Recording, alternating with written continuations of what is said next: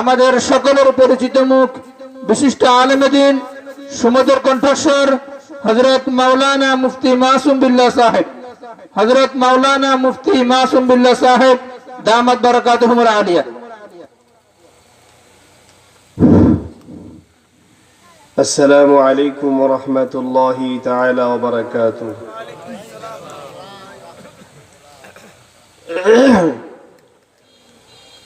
الحمد لله الحمد لله نحمده ونستعينه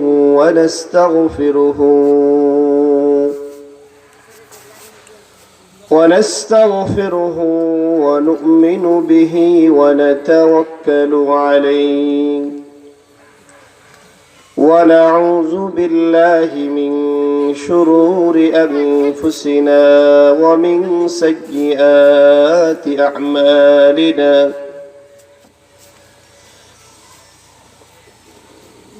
من يهده الله فلا مضل له ومن يضلله فلا هادي له ونشهد أن لا إله إلا الله وحده لا شريك له ونشهد أن سيدنا وسندنا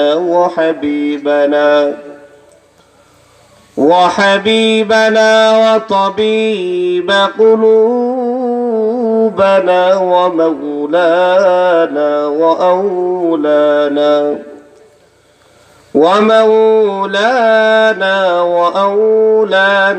محمدا عبد الله ورسوله صلى الله تعالى وعلى آله وأصحابه وبارك وسلم أرسله الله بالحق بشيرا ونذيرا وداعيا إلى الله بإذنه وسراجا وقمرا منيرا أما بعد فأعوذ بالله من الشيطان الرجيم بسم الله الرحمن الرحيم ألف لام را كتاب أنزلناه إليك لتخرج الناس من الظلمات إلى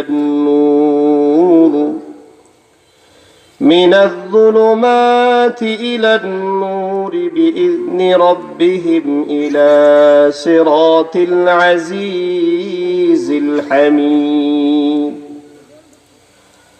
قال النبي صلى الله عليه وسلم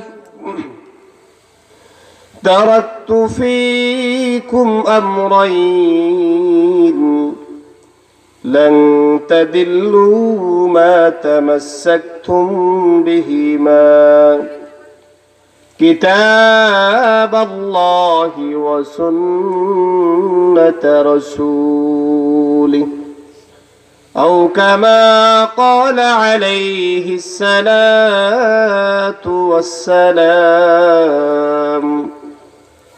وقال الله سبحانه وتعالى في شان حبيبه ومحبوبه إن الله وملائكته يصلون على النبي يا أيها الذين آمنوا صلوا عليه وسلموا تسليما. আমরা সবাই নামাজে যে দুরূদটা পড়ি, বলেন তো দুরূদটার নাম কি? সবাই মুহাব্বতের সাথে দুরূদ ইব্রাহিম পড়ি। اللهم صل على محمد وعلى آل محمد كما صليت على إبراهيم وعلى آل إبراهيم إنك حميد مجيد اللهم بارك على محمد وعلى آل محمد كما باركت على إبراهيم وعلى آل إبراهيم إنك حميد مجيد محمد ने आकर कुफ्र को मिटाया कुफ्र को मिटाकर सदाकत बताया जुरे जुरे बलगल उला बिकमालिही कशफत तुजा बिजमालिही हसनत जमीअ खिसालिही صلوا عليه وآله بلغ العلا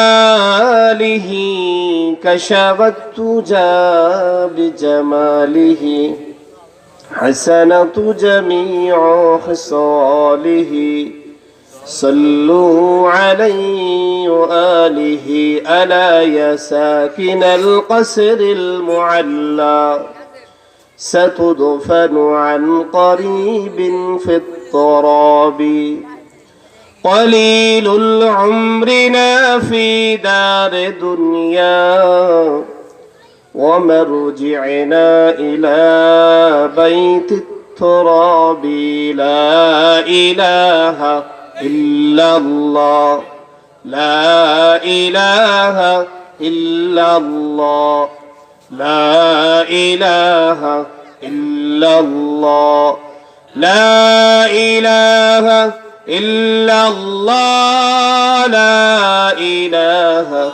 إلا الله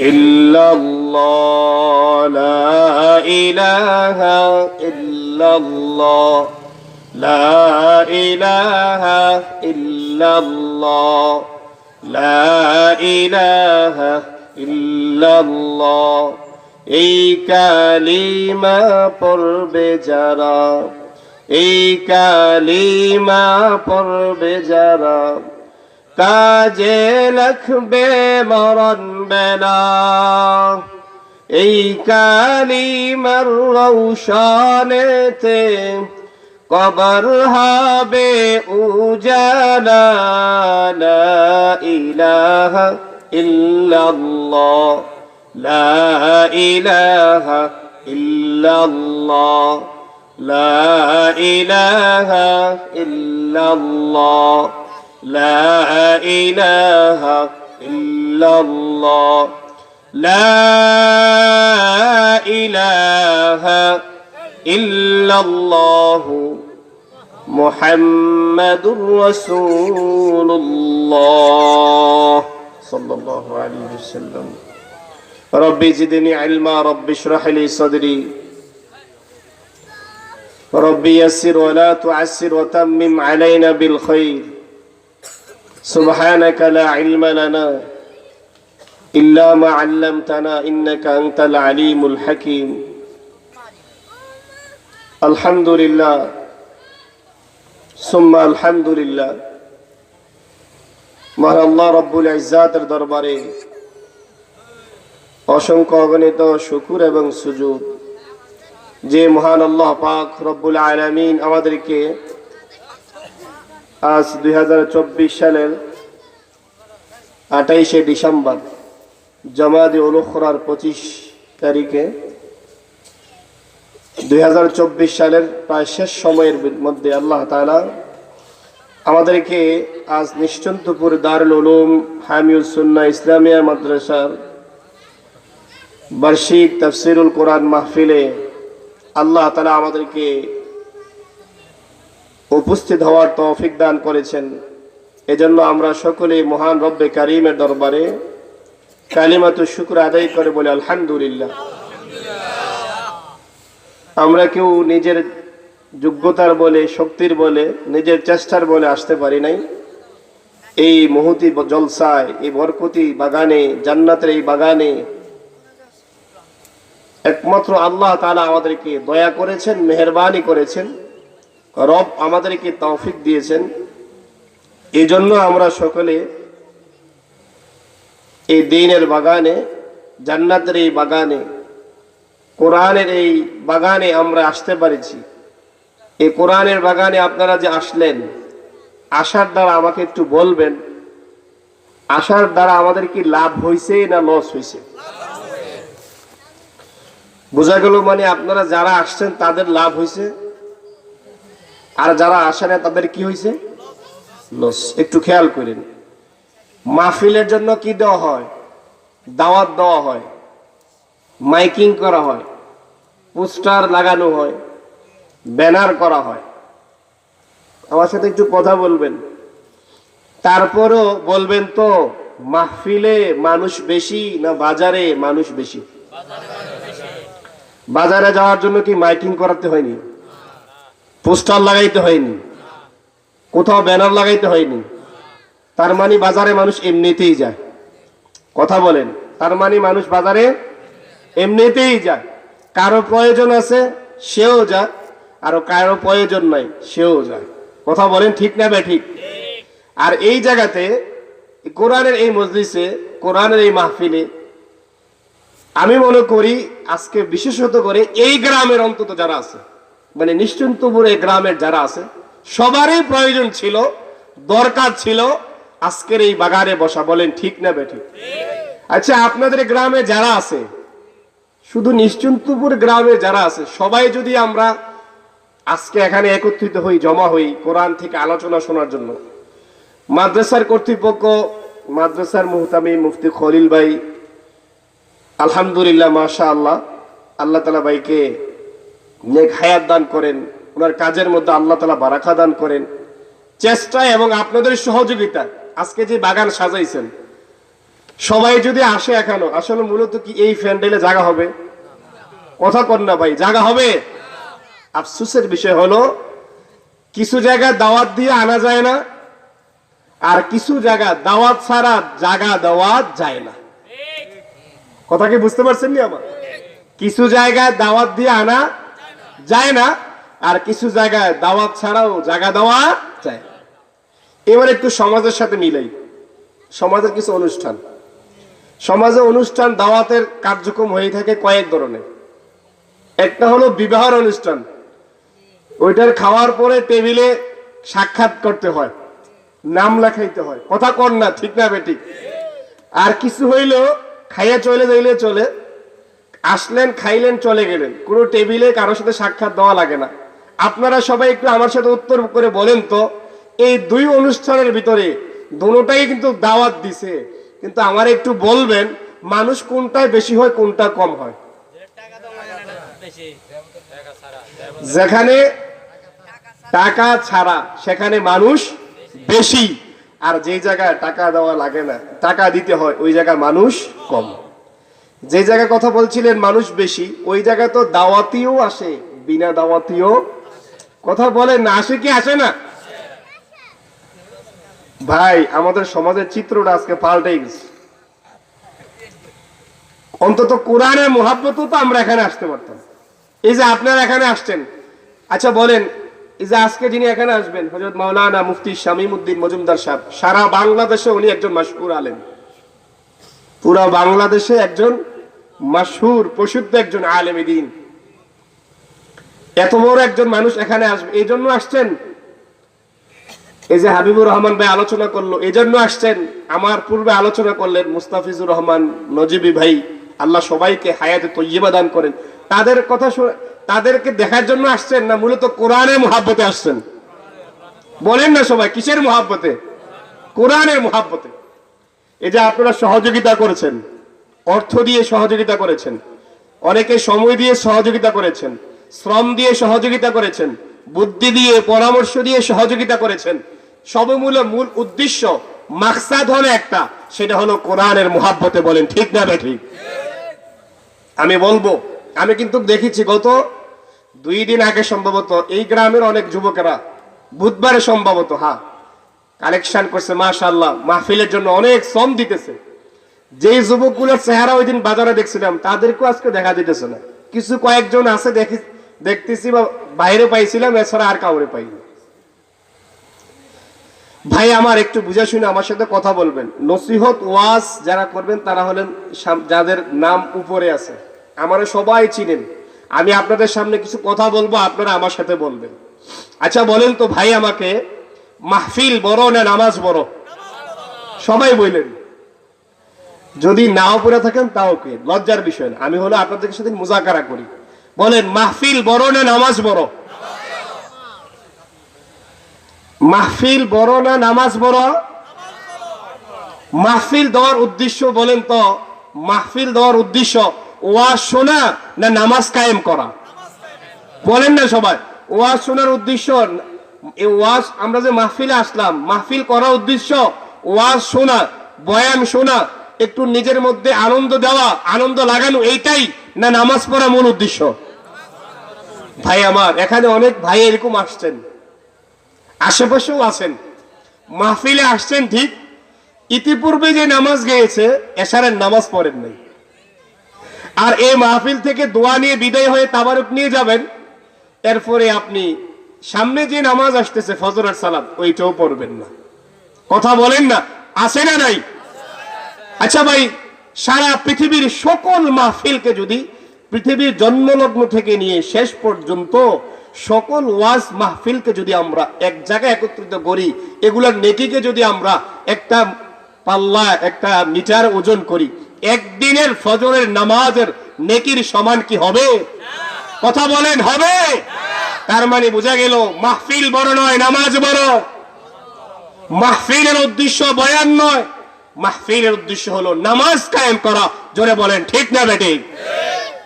তাহলে আপনারা আগে নিয়ত ঠিক করেন আমার সাথে।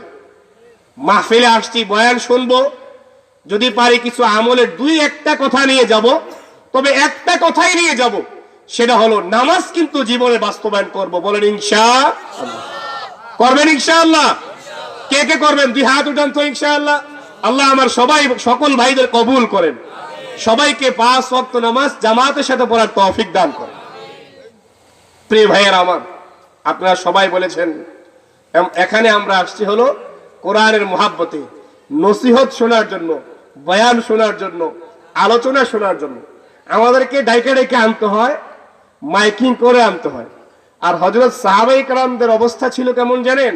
তারা নবীজির কাছে আসতো, আইসা বসতো, বৈশা নবীজিকে বলতো, রসুল, ইয়া রাসূলুল্লাহ, ইয়া হাবিবাল্লাহ, আপনি আমাদেরকে কিছু নসিহত করেন, কিছু বয়ান করেন, কিছু উপদেশ দেন, যাতে করে আমরা কিছু আপনার কাছ থেকে ইলম অর্জন করতে পারি, কিছু ফুল নিতে পারি, কিছু আমল নিতে পারি, আখিরাতের জন্য কিছু আমল বাড়াইতে পারি, আমার জান্নাত যেন কামাইতে পারি, আমি যেন কবরে জিন্দেগি শান্তিতে থাকতে পারি, আমাকে আপনি কিছু উপদেশ দিন। তারা নবীর কাছ থেকে খুঁজা চেয়ে চেয়ে কি নিতেন? উপদেশ নিতেন, বয়ান নিতেন, শুনতেন, নসিহত নিতেন।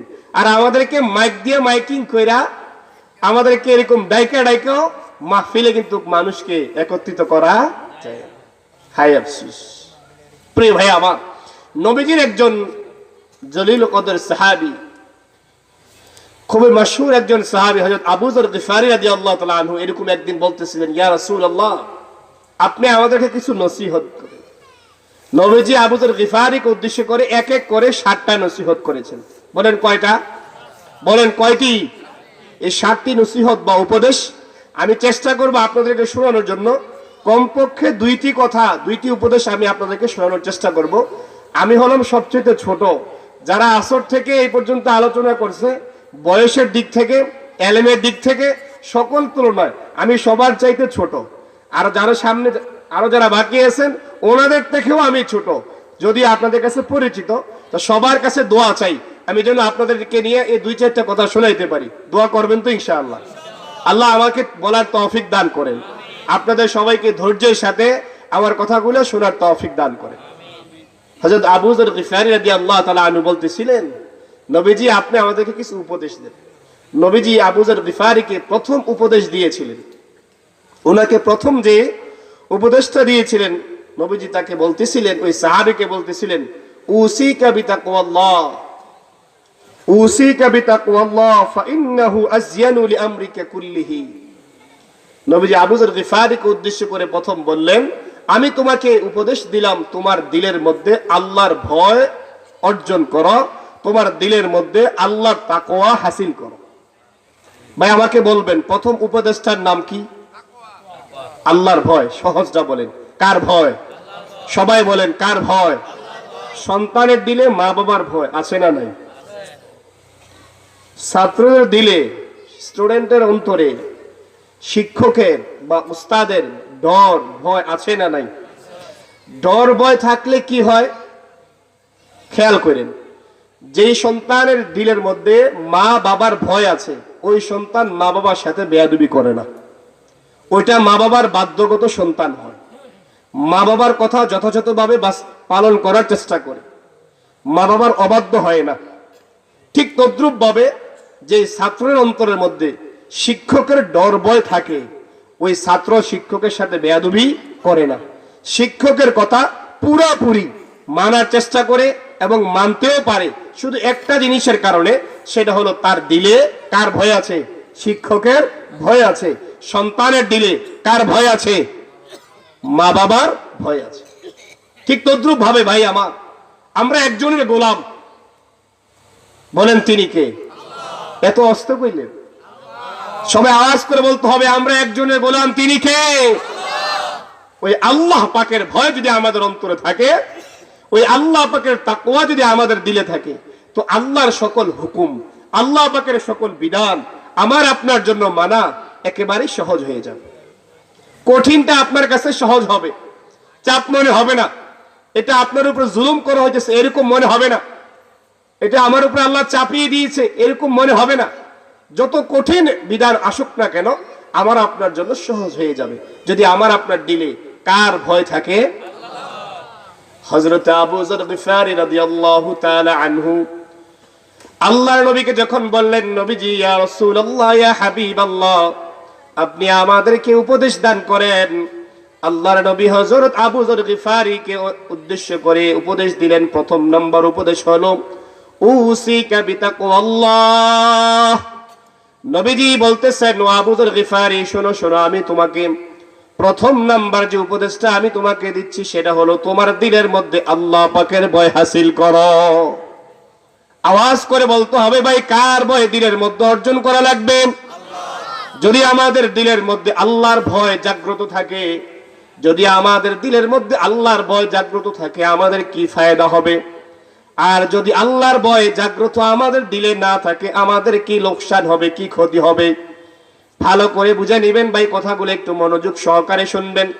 রাসূল আরবি সাল্লাল্লাহু আলাইহি ওয়াসাল্লাম বললেন, যদি তোমাদের দিলের মধ্যে আল্লাহ পাকের ভয় জাগ্রত করতে পারো, তাহলে যে কাজটা হবে সেটা হলো ফাইন্নাহু আযয়ানু লিআমরিকা কুল্লিহি। আল্লাহ তাআলা তোমার সকল কাজগুলোকে সুন্দর করে দিবেন, আল্লাহ তাআলা তোমার সকল কাজগুলোকে সহজ করে দিবেন।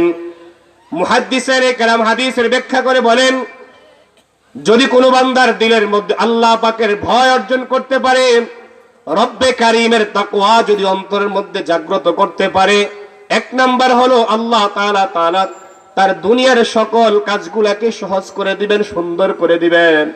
দুই নাম্বার হলো আল্লাহ তাআলা তার জন্য আখিরাতের সকল বিধানগুলোকে মানে আল্লাহ তার জন্য সহজ করে দিবেন। প্রিয় ভাইয়েরা আমার, যদি আমার আপনার দিলের মধ্যে আল্লাহর ভয় থাকে, আমি আর আপনি যখন আজকে ওয়াজ শেষ করে মুনাজাত দিয়ে যখন বাড়িতে গিয়ে শুয়ে যাব, ভোর 5:30 যখন মুয়াজ্জিন সাহেব মসজিদ থেকে আযান দিয়ে বলবেন আসসালাতু খায়রুম মিনান নাওম, তখন আপনার দিলের মধ্যে ওই যে আল্লাহর ভয় জাগ্রত ছিল, এখন আপনার দিলের মধ্যে আল্লাহর ভয় আপনাকে বলবে, ঘুম ছেড়ে দাও, আরাম ছেড়ে দাও, তোমার মুহাব্বতের স্ত্রীকে তুমি ছেড়ে দাও, ঘর ছেড়ে দাও, বিছানাকে তুমি তালাক দাও। ওই দেখো মসজিদ থেকে তোমার রব তোমাকে ডাক দিয়ে বলেছেন, তোমার ঘুম থেকে আজকের জন্য তোমার জন্য নামাজ উত্তম। সুবহানাল্লাহ। প্রিয় ভাইয়েরা আমার, যদি আমার আপনার দিলের মধ্যে বলতেছিলাম যদি তাকওয়া অর্জন করতে পারি, বাড়িতে গিয়ে যখন শুয়ে যাব ওই ভয় আমাকে জাগিয়ে দিবে আর বলবে দেখো তুমি যে ঘুমিয়ে আছো আর রব তোমাকে ডাকতেছে, এই তাকওয়া স্মরণ করে দিবে ওই আয়াতের কথা, আলাম ইয়ালাম বিআন্নাল্লাহা ইয়ারা। আল্লাহ তাআলা বলতেছেন আমার বান্দাদের কি হলো, তাদের কি হলো, তারা কি জানে না আমি তাদের সকল কার্যক্রম ব্যাপারে জানি, তারা যেখানেই থাকে না কেন আমি তাদের সকল বিষয়ের ব্যাপারে খোঁজ খবর রাখি। দিনের বেলা আমি আল্লাহ তাআলা যেমনটা দেখি, যেমন শুনি, যেমন খোঁজ খবর রাখি, রাতের বেলাও আমি আল্লাহ তাআলা তেমন দেখি, তেমনই শুনি, তেমনটাই খোঁজ খবর রাখি। বান্দা তুমি ঘুমিয়ে যাও, কিন্তু আল্লাহ তাআলা কিন্তু কখনো ঘুমায় না। প্রিয় ভাইয়েরা আমার, আল্লাহ তাআলা বলতেছেন ওহুয়া মাকুম আইনামা কুনতুম, আল্লাহ তোমার সাথে আছে তুমি যেখানে যাও না কেন। ফাইনামা তুওয়াল্লু ফাসাম্মা ওয়াজহুল্লাহ, যেখান থেকে গিয়ে আমি আল্লাহর দিকে রুজু করি, আল্লাহর দিকে তাকাই না কেন, যেদিকে যাই না কেন, আমি যেখান থেকে আল্লাহকে ডাক দেই না কেন, পৃথিবীর যেই প্রান্তে আমি যাই না কেন, পৃথিবীর যেই প্রান্তে গিয়ে আমি আল্লাহর কথা স্মরণ করি, আল্লাহ আমার ডাক ওই জায়গা থেকে শোনার জন্য তৈয়ার প্রস্তুত, এবং আল্লাহ আমার ডাকে সাড়া দেওয়ার জন্য প্রস্তুত। বলেন ঠিক না বেটি? প্রিয় ভাইয়েরা আমার, তাহলে প্রথম কথাটা হলো দিলের মধ্যে কার ভয় জাগ্রত করা লাগবে? জোরে বলেন না, কার ভয়? আল্লাহর ভয় যদি আমি আপনি জাগ্রত করতে পারি, আল্লাহ তাআলা আমার আপনার যে দুইটা ফায়দার কথা আমি আপনাদেরকে শুনাইলাম, এক নাম্বার দুনিয়ার কাজগুলো সুন্দর হয়ে যাবে, দুই নাম্বার হলো আখিরাতের সকল বিধিবিধানগুলা মানা, যেগুলো আখিরাতে আমার আপনার জন্য বিনিময় হবে, আখিরাতে যেগুলা নেকি দেওয়া হবে, যেগুলো আমার আপনার জান্নাতের উসিলা বনবে, এগুলা মানা সহজ হয়ে যাবে। প্রথম তার উদাহরণ খেয়াল করে বুঝেন প্রিয় ভাইয়েরা আমার, আমার দিলের মধ্যে যদি আল্লাহর ভয় জাগ্রত থাকে, আমি বলতে চাই লেনদেন করা, টাকা পয়সা লেনদেন করি কি করি না? আচ্ছা এটা বলেন তো, বৈধ সুরত আছে, অবৈধ সুরত আছে না নাই? সবাই আমাদের সাথে একটু বললেন, বৈধ সুরত আছে, অবৈধ সুরত আছে। অবৈধ সুরতটার নাম অনেক, একটু খেয়াল করেন, যেটা অবৈধ সুরত, অবৈধ যে দিকটা, যে রাস্তাটা লেনদেনের, এটার নাম অনেক। প্রথম নাম্বারটা হলো সুদ। কথা বলে, প্রথম নাম্বারটা এই সুদের আরো বহুত নাম লাগাইছে। এটাকে বলে ইন্টারেস্ট, কেউ বলেন বাট্টা, কেউ বলে মুনাফা, আপনারা আবার কেউ বলেন পুশানি, ইত্যাদি আরো বহু নাম। এই ধরনের নাম দিয়া সুদের ব্যবসা করে, নারীরাও করে, পুরুষরাও করে, আছে না নাই? কথা বলেন, আছে না নাই? আজকে সমাজ নষ্ট হওয়ার একটা কারণ আছে, সমাজ নষ্ট হওয়ার বড় একটা কারণ হলো সমাজের মধ্যে অবৈধ কারবারি বেশি চলে। বলেন ঠিক না বেঠিক? মসজিদে মুসল্লি নামাজি কম হয়, চায়ের দোকানে বাজারে মানুষ বেশি হয়। আমি চিন্তা গবেষণা করে দেখলাম এই সমাজের সবাই মুসলমান, হিন্দু বলতে কেউ নাই। আজান সবাই শুনে, সবার ঘরে আজানের আওয়াজ পৌঁছে, কিন্তু মসজিদে আসে মানুষ মাত্র এক কাতার, সর্বোচ্চ 1.5 কাতার। তাহলে বাকি মানুষগুলো মসজিদে আসতে পারে না কেন? চিন্তা করে উত্তর পাইলাম যে এইটা, মানুষ যখন হারামে লিপ্ত হয়ে যায়, মানুষ যখন হারাম খাইতে শুরু করে, মানুষের দিলের মধ্যে যখন হারাম ঢুকে যায়, রক্ত মাংসে যখন হারাম মিশ্রিত হয়ে যায়, তখন যতই আজানের আওয়াজ তার কানে আসুক না কেন, আল্লাহ ডাকে তখন তার দিল সারা আর দেয় না। কেন? তার দিল এখন শক্ত হয়ে গিয়েছে। হারাম খেতে খেতে, সুদ ঘুষ খেতে খেতে, মানুষের হক খেতে খেতে, ইন্টারেস্টের নাম দিয়া, বাট্টা মুনাফার নাম দিয়ে এইভাবে অবৈধ লেনদেন করতে করতে নিজের ব্যাংক ব্যালেন্স অ্যাকাউন্ট বহু বানিয়েছেন, সম্পদের পাহাড় বানিয়েছেন। আপনি মার্কেট কয়েকটা করেছেন, শহরে বন্দরে গ্রাম বাড়ি কয়েকটা করেছেন, আপনার নাম বিভিন্ন জায়গায় সয়লাভ হয়েছে, কিন্তু আপনি প্রকৃত মুসলমানের জায়গা এখনো নাম লেখাইতে পারেন নাই। সেই বিদায় আজানের সাথে আপনি মসজিদে হাজিরা দিতে পারেন না। প্রকৃত মুসলমান হওয়ার চেষ্টা করেন, লেনদেন করেন বৈধ পন্থা, অবৈধ সকল রাস্তা ছেড়ে দেন, বৈধ লাইনে লেনদেন করেন। চাই সেটা আপনার রুজিটা কম হোক, এই রুজি কমের মধ্যে আল্লাহ কি দিবেন? কথা বলেন না, কি দিবেন? বরকত দিবেন। অল্প রুজি বরকতওয়ালা, এটা কিন্তু কোটি টাকার চাইতে অনেক বেশি ফায়দা দিয়ে থাকবে। এজন্য অনুরোধ থাকবে, আসেন, আমি বলতেছিলাম তাকওয়া যদি আপনার অন্তরে থাকে, আপনার দিলের মধ্যে যদি আল্লাহর ভয় থাকে, তো আপনি যখন বলবেন টাকা তো নিবা ভাই, ওই যে লেনদেনের উদাহরণ দিতেছিলাম, টাকা তো নিবা, তবে টাকা তো এটা এইভাবে বলেন, পলিসিটা আপনারা এইভাবে করেন, এটা তো আমার না, এটা আরেকজন আমার কাছে রেখেছে, নিলে এটার লাইনটা হলো এইভাবে। কি লাইনটা কোনটা? লাখে বছরে দিতে হবে কত? কথা কন না, কত হাজার? 30,000। কথা বলেন, কত হাজার? এই লেনদেন আছে না নাই? কথা বলেন না, আছে না নাই? অহরহ আছে। বিচার বিশ্লেষণ করে, গবেষণা করে, চিন্তা করে দেখলাম মুসলমান সমাজের মধ্যে 95% মুসলমান নারী পুরুষ আজকে এই সুদের ব্যবসায়, সুদের কারবারিতে, সুদের লেনদেনে আজকে 95% মুসলমান ঢুকে পড়েছে। বলেন ঠিক না বেঠিক? প্রিয় ভাইয়ের আমার, যদি আপনার অন্তরের মধ্যে ওই আল্লাহ পাকের ভয় থাকতো, আপনি যদি দিনের মধ্যে আল্লাহর ভয় থাকতো, তখন আপনি বলতেন আমি যে 1,30,000 নিয়ে লেনদেন করছি, এটা তো সম্পূর্ণ অবৈধ। কোরআনে আল্লাহ তাআলা বলেছেন হাল্লাল্লাহুল বাইআ ওয়া হাররামার রিবা, আল্লাহ ব্যবসাকে বৈধ করেছেন, আল্লাহ সুদকে হারাম করেছেন। সুদের ব্যাপারে আল্লাহ কোরআনে আরো ধমক দিয়ে সতর্ক করেছেন। হ্যাঁ, আমি যেটা করেছি এটা তো সম্পূর্ণ হলো কোরআন বিরোধী, ইসলাম বিরোধী, রাসূলের সুন্নাহ বিরোধী, এই কাজ করা যাবে না। আপনাকে যে ফিরাইতো, ওই ফিরানোর যে শক্তিটা ছিল, ওই শক্তিটার নাম হলো কার ভয়? আমাদের দিলে আল্লাহর ভয় নাই বিদায় দিনের বেলাও ওপেন এখন সুদের ব্যবসা, রাতের বেলাও সুদের ব্যবসা। বলেন চলে কি চলে না? এই চলতে চলতে যাবে না, এগুলা বন্ধ করতে হবে। প্রিয় ভাইয়ের আমার, আসেন একটু আল্লাহকে ভয় করি, দিনের মধ্যে আল্লাহর ভয় জাগ্রত করি। এই ধরনের অবৈধ লেনদেন থেকে ফিরে আসা প্রত্যেকের উচিত। 2 নম্বরে যেটা বলছিলাম, আপনার আমার জন্য যে কাজটা ফায়দা দিবে, 2 নম্বরে যে ফায়দা, দ্বীনি লাইনে, ইসলামের লাইনে আল্লাহর বিধানগুলা মানা আমার আপনার জন্য সহজ হয়ে যাবে। আমার আপনার সামনে যে মাসটা আসতেছে আরবি মাস, এটা হলো রজব মাস। বলেন কি মাস? আমার সাথে একটু মনোযোগ এদিকে দিয়েন, ওরা কথা বলো, আমরা একটু এদিকে মনোযোগ। আমাদের সামনে যে আরবি মাস আসতেছে, বলেন ওই মাসটার নাম কি?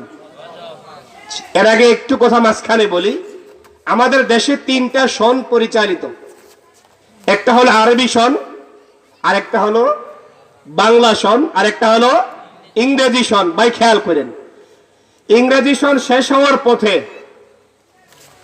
মঙ্গলবার দিবাগত রাত্রে 2024 সাল বিদায় নিবে, রাত 12টা 1 মিনিটের সময় 2025 সালের আগমন ঘটবে। এটাকে কেন্দ্র করে খ্রিস্টান মিশনারি অথবা খ্রিস্টান ধর্মের বিভিন্ন শ্রেণীর লোক, তাদেরকে তালি দিয়ে, তাদেরকে সাধুবাদ জানিয়ে সাপোর্ট করে আমাদের কিছু মুসলমান হ্যাপি নিউ ইয়ার কিংবা 31st নাইট এগুলা উদযাপন আমরা করি কি করি না? আসরের পরে এক ভাই আলোচনা করতেছিল, আমি মসজিদ থেকে শুনতেছিলাম, 31st নাইট ব্যাপারে একটু উনি শেষ পর্যায়ে বলেছিলেন, মাঝখানে কথাটা আসছে বিধায় একটু আপনাদেরকে নিয়ে আলোচনা করছি।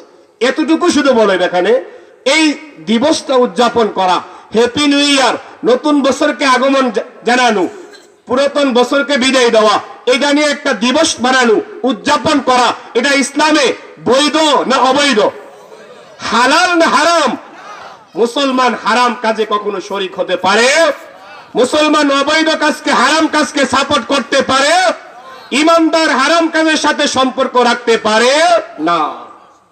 প্রিয় ভাইয়ের আমার, বলতেছিলাম 3টা সন পরিচালিত, একটা হলো আরবি সন, একটা হলো বাংলা সন, আর একটা হলো ইংরেজি সন।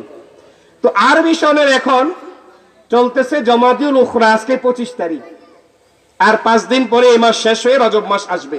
রজব মাস আমাকে আপনাকে যে মাসের আগমন বার্তা দিবেন, ওই মাসটার নাম হলো রমাদান। বলেন কি মাস? রমজান মাস। তা আমি বলতেছিলাম, যদি আমাদের মধ্যে আল্লাহ পাকের ভয় থাকে, দ্বীনি লাইনে ইসলামের বিধানগুলা, আল্লাহর বিধানগুলা, রাসূলুল্লাহর সুন্নাহগুলা মানা আমার আপনার জন্য সহজ হবে যদি কার ভয় থাকে? এই যে সামনে রমজান আসতেছে, যদি দিনের মধ্যে আল্লাহর ভয় থাকে, যতই গরম আসুক না কেন, রোজা নষ্ট হবে না। কেন? বান্দা রোজা রাখবে একজনের ভয়ে। আওয়াজ করে বলেন তিনি কে? বলেন না, সবাই বলেন না তিনি কে? এজন্য আমাদের দিলে বলেন কার ভয় জাগ্রত করতে হবে? সবাই তো করেন না, কার ভয়? আল্লাহর ভয়। যদি আমাদের দিলের মধ্যে আল্লাহর ভয় জাগ্রত করতে পারি, তাহলে আমার আপনার জন্য দুনিয়ার লাইনের সকল কাজ কারবার গুলা বৈধ পন্থা করা সহজ হবে, দিনের লাইনে তথা ইসলামের বিধিবিধান গুলা মানাও আমার আপনার জন্য কি হবে? সহজ হবে। এজন্য প্রিয় ভাইয়েরা আমার, আমাদের অন্তরের মধ্যে একজনের ভয় জাগ্রত করা লাগবে। নবীজি আবু যর গিফারীকে উদ্দেশ্য করে বলতেছিলেন, আবু যর গিফারী, আমি তোমাকে প্রথম নাম্বার যে নসিহতটা করলাম, আমি তোমাকে উদ্দেশ্য করে যে উপদেশটা আমি এক নম্বরে দিলাম, উসিকা বিতাকওয়াল্লাহ, আমি বলতেছি তুমি আল্লাহকে ভয় করো। তোমাকে উপদেশ দিলাম, এক নম্বর উপদেশ হলো আল্লাহকে ভয় করো। ফাইন্নাহু আযয়ানু লিআমরিকা কুল্লিহি, তোমার দিলের মধ্যে, তোমাদের অন্তরের মধ্যে, ভাই আমার, আমাদের অন্তরের মধ্যে, ও আমার পর্দার আড়ালের মা বোনেরা, যদি আমাদের অন্তরের মধ্যে আল্লাহ পাকের ভয় জাগ্রত করতে পারি, তাহলে আমাদের জন্য দুনিয়ার সকল কাজ কারবার করা, দুনিয়ার সকল লেনদেন করা, উঠা বসা করা, চলাফেরা বলেন, মুআমালাত বলেন, মুআশারাত বলেন, দুনিয়ার লাইনের সকল বিষয়গুলা কাজগুলা করা আমাদের জন্য সহজ হয়ে যাবে, বৈধ পন্থা করা সহজ হয়ে যাবে। এমন ইসলামের বিধিবিধান গুলাও আমার আপনার জন্য, যদি আমাদের অন্তরের মধ্যে আল্লাহর ভয় থাকে, আল্লাহর সকল বিধান গুলা মানা আমার আপনার জন্য সহজ করে দিবেন। বলেন কে? যাদের হৃদয়ে আছে আল্লাহর ভয়, বলেন না সবাই, যাদের হৃদয়ে আছে আল্লাহর ভয়, তারা কবু পথ ভুলে যায় না। যাদের হৃদয়ে আছে আল্লাহর ভয়, তারা কবু পথ ভুলে যায় না। আল্লাহর প্রেম ছাড়া এই দুনিয়ায় কারো কাছে কোনো কিছু চায় না। আল্লাহর প্রেম ছাড়া এই দুনিয়ায় কারো কাছে কোনো কিছু চায় না। রাতের আধারে যারা সেজদাতে রয়, দু চোখের অশ্রুতে নদী যেন বয়। যাদের হৃদয়ে আছে আল্লাহর ভয়, তারা কবু পথ ভুলে যায় না। যাদের হৃদয়ে আছে আল্লাহর ভয়, তারা কবু পথ ভুলে যায় না। ছলনার হাতছানি যতই আসুক, পিছনে ফিরেও সে তাকায় না, পিছনে ফিরেও সে তাকায় না। যাদের হৃদয়ে আছে আল্লাহর ভয়, যাদের হৃদয়ে আছে আল্লাহর ভয়, তারা কবু পথ ভুলে যায় না। জোরে বলেন আল্লাহু আকবার। তাহলে আমাদের দিলে কার ভয় জাগ্রত করা লাগবে? তো এর আছে আমরা সবাই যেখানেই যাব এই কথাটা মনে রাখতে হবে, আমাদেরকে একজন দেখতেছেন, আওয়াজ করে বলেন তিনি কে? প্রিয় ভাইয়ের আমার, একটা শিশু বাচ্চার দিলে যে ভয় আছে, একজন বড় মুরব্বী বা বয়স্ক বা বুদ্ধিমান একজন যুবক, একজন পুরুষ কিংবা একজন নারীর দিলের মধ্যে ওই ভয়টা নেই। কিতাবের মধ্যে ছোট্ট একটা ঘটনা লিখছেন যে এক বাচ্চা বাবা তার সন্তানকে নিয়ে কোথাও বেড়াইতে যাইতেছিল। এখন রাস্তার মধ্যে একটা আঙ্গুরের বাগান দেখতে পাইলেন। কিসের বাগান ভাই? আঙ্গুরের বাগান। আঙ্গুর ফল এটা খুব একটা পছন্দনীয় খাবার না, কথা বলেন না, সবার কার কার পছন্দনীয় না? সবার পছন্দনীয়। আরে ভাই, আঙ্গুর আল্লাহ জান্নাতেও খাওয়াবে, বলেন সুবহানাল্লাহ। আঙ্গুরের বাগান জান্নাতেও হবে, জান্নাতেও আছে। তো বাবা দেখলেন সুন্দর আঙ্গুরের বাগান। এখন বাবা তার সন্তানকে বললেন, তুমি এখানে দাঁড়াও, আমি বাগানে ঢুকি, ওই বাগান থেকে তোমার জন্য সুন্দর কিছু পাকা পাকা আঙ্গুর সংগ্রহ করি। বাবা সন্তানকে বললেন, তবে যদি কোনো লোক আসে, কেউ যদি আসে, আমাকে কি করবা? সতর্ক করবা যে লোক আসতেছে, মানুষ দেখতেছে, চলে আসেন। এখন বাবা ওই আঙ্গুর বাগানে ঢুকলেন। যেই মাত্র আঙ্গুরে থোকায় ধরলেন, ওই আঙ্গুর বাগানে ঢুকে যখন আঙ্গুরে থোকায় ধরলেন, আঙ্গুর টান দিয়ে ছিঁড়বেন, ওই মাত্রই ওই সন্তান, ওই বাবার ওই ছোট সন্তান বলে উঠলেন, এই ছোট শিশুটা বলে উঠলেন, আব্বাজান আপনাকে দেখতেছেন। এতটুকুই কথা বললেন। এখন বাবা দৌড় দিয়ে বাগান থেকে বাইর হয়ে আসলেন। বাগান থেকে বের হয়ে দেখলেন ডানেও কোনো মানুষ নাই, বামেও কোনো মানুষ নাই, সামনে পিছনে কাউরে দেখা যায় না, কোথাও কোনো মানুষ দেখা যায় না। এবার বাবা তার সন্তানকে জিজ্ঞাসা করলেন, আব্বাজান, ও আমার বাবাজান, তুমি যে বললা আমাকে দেখতেছে, কই আমি তো কাউরে দেখি না। বাবা যখন তার সন্তানকে জিজ্ঞাসা করলেন, আমি তো কোনো মানুষকে দেখতেছি না, অথচ তুমি আমাকে বললা আমাকে কে যেন দেখতেছে, আঙ্গুর ছিঁড়তে বারণ করলাম। প্রিয় ভাইয়েরা আমার, একটু ভালো করে মনোযোগ দিয়ে শুনেন। এবার ওই ছোট সন্তানটা, ওই ছোট শিশু মাসুম বাচ্চাটা তার বাবাকে বললেন, বাবাজান, ও আমার আব্বু, দেখ, শুনেন, ভালো করে শুনেন, যে মাত্র আপনি আঙ্গুর বাগানে ঢুকে যখন ওই আঙ্গুরের থুকার মধ্যে হাত দিলেন, আমি দেখতেছি আল্লাহ আপনার দিকে তাকিয়ে আছে। প্রিয় ভাইয়েরা আমার, যখন এই ছোট বাচ্চা বাবাকে কথা বললেন যে আব্বাজান, আমি দেখতেছি আল্লাহ আপনার দিকে তাকিয়ে আছেন, আপনি যে আঙ্গুর চুরি করতে ঢুকলেন, আঙ্গুর চুরি করছেন, আপনার এই অন্যায় কাজটা যেন আল্লাহ দেখতেছেন।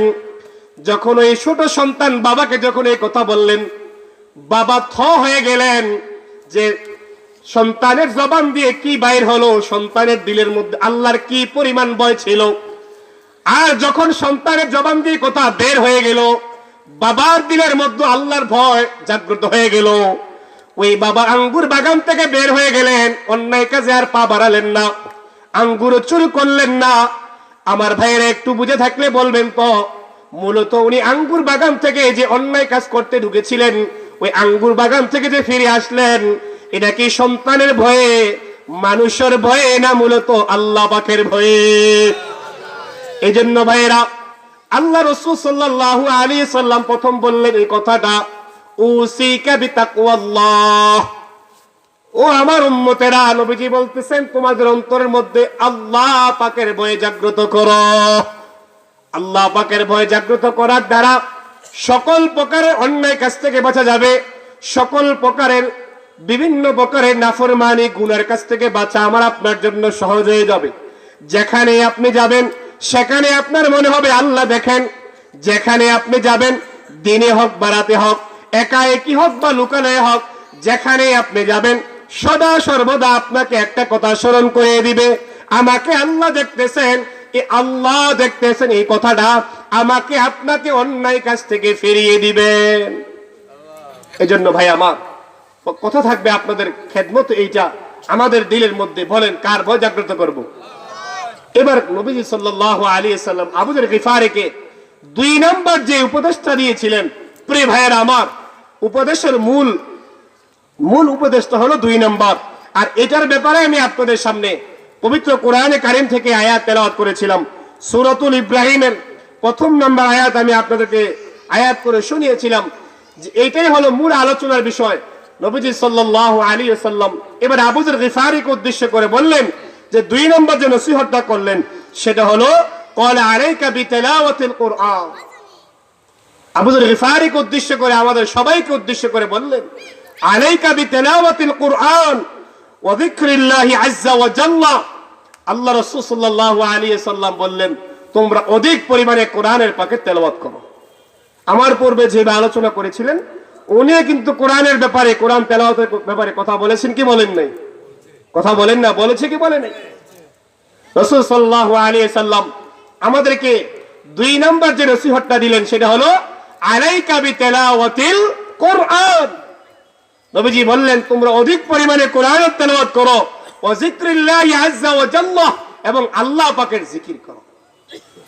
সূরাতুল ইব্রাহিমের 1 নম্বর আয়াতে আল্লাহ তাআলা আমাদেরকে বুঝাইলেন, আমাদেরকে জানিয়ে দিলেন কোরআন কেন আসলেন, কোরআন আমাদের মাঝে আল্লাহ কেন দিলেন, কোরআন আমাদের কি উপকার করে, কোরআন আমাদের মাঝে কেন নবীজি নিয়ে আসলেন, রাসূলুল্লাহর উপরে কোরআন কেন নাজিল হলেন, এই কথাটা সূরাতুল ইব্রাহিমের 1 নম্বর আয়াতের মধ্যে আল্লাহ তাআলা উল্লেখ করেছেন।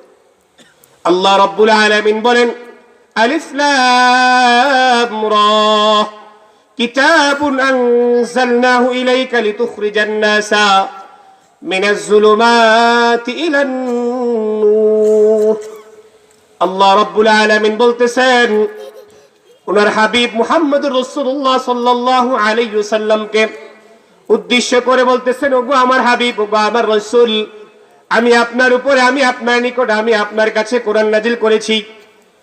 আমি আপনার কাছে কোরআন নাজিল করার মূল উদ্দেশ্য হলো যাতে করে আপনি মানুষকে অন্ধকার জগৎ থেকে যেন মানুষকে আপনি আলোর দিকে, আমি রবের হুকুমে, আমি আল্লাহ পাকের নির্দেশে আপনি যেন মানুষকে অন্ধকার জগৎ থেকে নূরের দিকে, আলোর দিকে যেন মানুষকে আপনি পথ দেখাইতে পারেন, মানুষকে যেন আলোর পথে আপনি আহ্বান করতে পারেন। এই জন্য আমি আল্লাহ তাআলা আপনার কাছে, আপনার উপরে কোরআন নাজিল করেছি, বলি সুবহানাল্লাহ। তাহলে কোরআন আসার উদ্দেশ্য খেয়াল করবেন।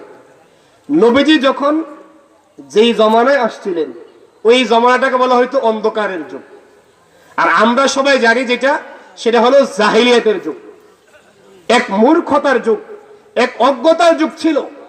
ওই যুগে আল্লাহ তাআলা নবীকে পাঠিয়েছেন, আল্লাহ রাসূলের উপরে কোরআন নাজিল করেছেন। আর কোরআন নাজিল করে কি বললেন? কোরআন নাজিল করে কি বললেন? যে নবীজি, হ্যাঁ আমি আপনার কাছে, আপনার উপরে কোরআন নাজিল করলাম। উদ্দেশ্য হলো মানুষকে আপনি কোরআনের দ্বারা, কোরআনের দাওয়াতের মাধ্যমে মানুষকে আপনি অন্ধকারের জগৎ থেকে নূরের জগতে নিয়ে আসবেন। তাফসীরে মারিফুল কোরআনের মধ্যে লেখেন, জুলুমাত শব্দটি জুলমাতুনের বহুবচন। জুলুমাত দ্বারা উদ্দেশ্য হলো কুফরের অন্ধকার থেকে মানুষকে ফিরানো, শিরকের অন্ধকার থেকে মানুষকে ফিরিয়ে ঈমানের নূরের দিকে যেন মানুষকে রাসূলুল্লাহ কোরআনের মাধ্যমে, কোরআনের দাওয়াত দিয়ে মানুষকে যেন ঈমানের দিকে আহ্বান করতে পারেন, ঈমানের রাস্তার দিকে মানুষকে যেন, তাওহীদের দিকে যেন আনতে পারেন। এই জন্য আল্লাহ নবীজির উপরে এই পবিত্র কোরআন নাজিল করেছি, বলি সুবহানাল্লাহ। তাহলে জুলুমাতের অর্থ হলো নবীজি যখন ছিলেন, যখন ওনার কাছে কোরআন নাজিল করেছেন, ওই যুগের মানুষগুলা যে অন্ধকারে ছিল, ওই অন্ধকারটার নাম হলো, তারা সবাই কুফুরের মধ্যে লিপ্ত ছিল। কুফুর মানে কি? তারা আল্লাহকে স্বীকার করতো না। বলেন কুফুর মানে কি? আল্লাহকে অস্বীকার করা। বলেন কুফুর মানে কাকে অস্বীকার করা? পৃথিবীতে এখন কাফের আছে না নাই? তো কাফের কাকে বলে? যে আল্লাহকে কি করে? অস্বীকার করে। আরেকটা হলো শিরকের অন্ধকার থেকে মানুষকে ফিরিয়ে আনার জন্য আল্লাহ তাআলা ওই সময় নবীজির উপরে কোরআন নাজিল করেছিলেন। মুশরিকদেরকে দাওয়াত দিয়ে তাদেরকে মুশরিকের পথ থেকে ফিরিয়ে তাওহীদের পথে আনার জন্য, ঈমানের নূরের দিকে আনার জন্য আল্লাহ তাআলা নবীজির উপরে কোরআন নাজিল করেছিলেন। তাহলে আমরা বুঝলাম আল্লাহ কোরআন নাজিল করার উদ্দেশ্য, এক হলো কুফরের অন্ধকার থেকে তাদেরকে ফিরানো, দুই হলো শিরকের অন্ধকার থেকে ফিরানো, তিন নম্বরে বলেছেন আল্লাহ তাআলা সমস্ত প্রকারের অন্যায় অপরাধের, যত প্রকারের মন্দ অপরাধ রয়েছে, যত প্রকারের মন্দ কাজ রয়েছে, সকল প্রকারের মন্দ কাজ থেকে এদেরকে ফিরিয়ে আলোর পথে, নূরের পথে, ঈমানের পথে, তাওহীদের পথে আনার জন্য আল্লাহ তার নবীর উপরে, তার হাবিবের উপরে আল্লাহ কোরআন নাজিল করেছেন, বলি সুবহানাল্লাহ। প্রিয় ভাইয়েরা আমার, এই কোরআন আমার আপনার ঘরে ঘরে, একটু বলবেন আওয়াজ করে, আছে না নাই? সবাই বলেন না, আমাদের প্রত্যেকের ঘরে কোরআন আছে না নাই?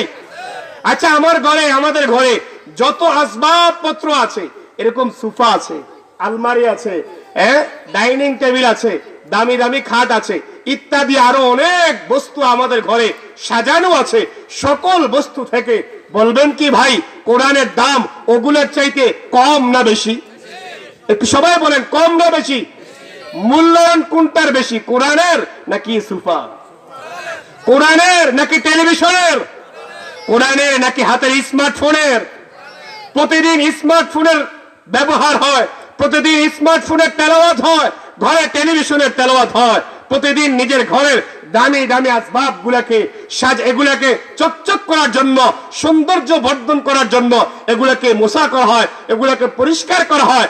আল্লাহ পাকের ওই কোরআন ওই আলমারির উপরে গিলাপবিহীন বছর কি বছর পরে থাকে। ওই কোরআনের মূল্যায়ন মুসলমানের ঘরে কিন্তু আজকে, কথা বলেন, আছে না নাই? এরকম আমাদের ঘরের চিত্রগুলো এমনটা নয়। প্রিয় ভাইয়ের আমার, এই যে আপনারা আসলেন, এটাই হলো কোরআনের মাহফিল, এটাই হলো কোরআনের মজলিস। কোরআনের মাহফিল থেকে, কোরআনের মজলিস থেকে, এই কোরআনের প্রতিষ্ঠান থেকে শিক্ষার বিষয় একটা, আজকের আলোচনা থেকে নিয়ে যাওয়ার বিষয় একটা, সেটা হলো কোরআন সবচেয়ে দামি জিনিস। কোরআনকে যে মুহাব্বত করবে সে দামি হবে, কোরআনকে যে পড়বে সে দামি হবে, কোরআনকে যারা পড়াবে সেও দামি হয়ে যাবে, কোরআনের সাথে যারা মিশবে সে দামি হয়ে যাবে, কোরআন ওয়ালাকে যারা মহব্বত করবে সে দামি হয়ে যাবে, কোরআনের প্রতিষ্ঠানকে যারা মহব্বত করবে, এই প্রতিষ্ঠানের উন্নয়নের জন্য যারা চেষ্টা করবে অর্থ দিয়ে, শ্রম দিয়ে, ছাত্র ছাত্রী ভর্তি করে, তারাও দামি হয়ে যাবে। জোরে বলেন ঠিক না ঠিক? আমরা কি এই কোরআনের সাথে নিজেকে সম্পর্ক গড়ে, কোরআনের সাথে নিজেকে কোরআনের ছোঁয়া লাগিয়ে আমরা কি সবাই দামি হতে চাই? কথা বলেন, দামি হতে চাই কি চাই না? তাহলে কোরআনকে আমাদের দিলের মধ্যে আগলিয়ে রাখতে হবে। নবীজি সাল্লাল্লাহু আলাইহি ওয়াসাল্লাম বলেছিলেন, আলোচনা শেষ করে দিতে হয়, মেহমান চলে আসছেন, হাদিসটা বলে আমি আপনাদেরকে শেষ করেছি। নবীজি সাল্লাল্লাহু আলাইহি ওয়াসাল্লাম বলেছিলেন, উনি যখন চলে যাওয়ার পূর্বে, ইন্তেকালের পূর্বে শেষ সময় যে নবীজি আমাদের কাছে কি রেখে গেলেন? বাবা মারা যায়, যাওয়ার আগে ছেলে মেয়ে সবাইরে ডাকে, দেখে কি বলে? আমার এতখানি সম্পত্তি আছে, আমার মৃত্যুর পরে তোমরা এটা এলাকার সর্দার মাতব্বর মেম্বার চেয়ারম্যান নিয়ে যেইভাবে সুন্দর হয় একটা বন্টন করে দিই। কথা বলে ঠিক না বেঠিক? এরপরে বাবা চলে গেলেন, সমাজীরা কিংবা ভাইয়েরা এটাকে বিভিন্ন ভাবে উলট পালট করে, কেউ কখনো ভাইকে ঠকায়, কখনো বোনকে ঠকায়, ঠকিয়ে এই ওয়ারিসের এই সম্পত্তি বন্টন হয়ে যায়। সমাজের চিত্রটা কি এমন না সঠিকভাবে বন্টন করা হয়? সঠিকভাবে বন্টন হয়? সঠিকভাবে ওয়ারিসের সম্পদ বন্টন করে দেওয়া হয় না। প্রিয় ভাইয়েরা আমার, ঠিক নবীজি সাল্লাল্লাহু আলাইহি সাল্লাম যখন চলে গেলেন তো আমাদের জন্য কি রেখে গেলেন? রাসূল সাল্লাল্লাহু আলাইহি সাল্লাম বলেন, ও আমার উম্মতেরা, আমি তোমাদের মাঝে রেখে গেলাম দুইটা জিনিস। বলেন কয়টা জিনিস? রাসূল আরবি সাল্লাল্লাহু আলাইহি ওয়াসাল্লাম বলেন, তারাকতু ফীকুম আমরাইন, ও আমার উম্মতেরা, আমি তোমাদের মাঝে দুইটা জিনিস রেখে গেলাম। ওই দুইটা জিনিস পৃথিবীর সবচাইতে দামি জিনিস। পৃথিবীর যেখানে যাও, পৃথিবীর যে প্রান্তে যাও, ওই দুই জিনিস ওইখানে পাবা। পৃথিবীর যে প্রান্তে ছুটে যাও না কেন, সেখানে ওই দুই জিনিস পাইবা। এক নম্বর হলো কিতাবাল্লাহি, দুই নম্বর হলো ও সুন্নাত রাসূলিল্লাহ। এক নম্বর হলো, আওয়াজ করে বলেন এটার নাম কি? জোরে বলতে হবে, তাই কিতাবটার নাম কি? রাসূল বলেন, লান তাদিল্লু মা তামাসসাকতুম বিহিমা, তোমাদের মাঝে রেখে গেলাম এই কোরআন, তোমাদের দিনের মধ্যে ব্যক্তিগত জীবনে বাস্তবায়ন করে আগলে ধরো, পারিবারিক জীবনে কোরআনকে বাস্তবায়ন করো, সামাজিক জীবনের মাধ্যমে কোরআনকে বাস্তবায়ন করো, রাষ্ট্রীয় জীবনও যদি সমর্থ থাকে কোরআনের এই আইনকে বিধানকে তোমরা বাস্তবায়ন করো, কোরআনকে আগলিয়ে ধরো। আমি নবীজি, আমি রাসূলুল্লাহর সুন্নাহকে, আমি রাসূলুল্লাহর হাদিসকে আগলিয়ে ধরো। লান তাদিল্লু মা তামাসসাকতুম বিহিমা, যদি তোমরা কোরআনকে আঁকড়ে ধরো, কোরআনকে যদি তোমরা বাস্তবায়ন করো, কোরআনের যদি তোমরা দিন কায়েম করতে পারো, ব্যক্তিগত জীবনে কোরআন কায়েম করো, পারিবারিক জীবনে কোরআনের আইন কায়েম করো, সামাজিক জীবনে যদি কোরআনের আইন কায়েম করো, রাষ্ট্রীয় জীবনে যদি তোমরা কোরআনের আইন কায়েম করতে পারো, সকল জীবনে যদি আমি রাসূলুল্লাহর সুন্নাহকে, অর্থাৎ সুন্নাহকে যদি আঁকড়ে ধরতে পারো, সুন্নাহ অনুযায়ী আমি নবীজির মদিনাওয়ালার আদর্শকে যদি বাস্তবায়ন করতে পারো, তোমরা কখনো পথভ্রষ্ট হবে না। আমাদের মাঝে দুই জিনিস আছে না নাই? কথা বলেন না, আছে না নাই? এই দুই জিনিস শিক্ষা দেওয়ার মূল কেন্দ্র কোথায়? কথা বলেন না, কোথায়?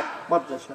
প্রিয় ভাইয়ের আমার, মাদ্রাসার পক্ষ থেকে আজকে মাহফিল, এ কোরআনের মাহফিল, কোরআনের মজলিস, আমি আপনাদের সবার কাছে বিনীতভাবে অনুরোধ করবো, আসেন সবাই আমরা কোরআনের মুহাব্বতে আমরা সকলেই ঐক্যবদ্ধ হব। আগামী দিনে সকল কিছু নির্বাচন করব, যাচাই বাছাই করে কাজ করব, নির্বাচন করব।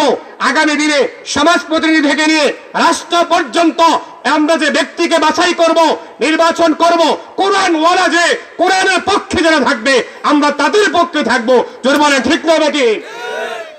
তো এর আছি আমরা সবাই। আল্লাহ আমাদের সবাইকে তৌফিক দান করেন। আপনাদের সামনে আখের কথা, আসেন ইনশাআল্লাহ এই কোরআনের প্রতিষ্ঠানকে কিভাবে দাঁড় করাইলে এটা উন্নয়ন হবে, ছাত্র ছাত্রী দিয়ে ভরপুর হবে, প্রতিষ্ঠানটা জ্বলে উঠবে। আমরা সকলে ইনশাআল্লাহ মাদ্রাসার মুহতামিম ভাই মোহাম্মদ মুফতি খলিল ভাইকে আমরা সকলে সহযোগিতা করে, অর্থ দিয়ে, শ্রম দিয়ে, পরামর্শ দিয়ে, ছাত্র ছাত্রী ভর্তি করে আমরা এই প্রতিষ্ঠানকে আগিয়ে নিব। আল্লাহ আমাদের সবাইকে তৌফিক দান করেন। ওয়া আখিরু দাওয়ানা আনিল হামদুলিল্লাহি রাব্বিল আলামিন। প্রিয় ভাইয়ের আমার, আমি আপনাদের সকলের কাছে দোয়া চাই। আলোচক হলো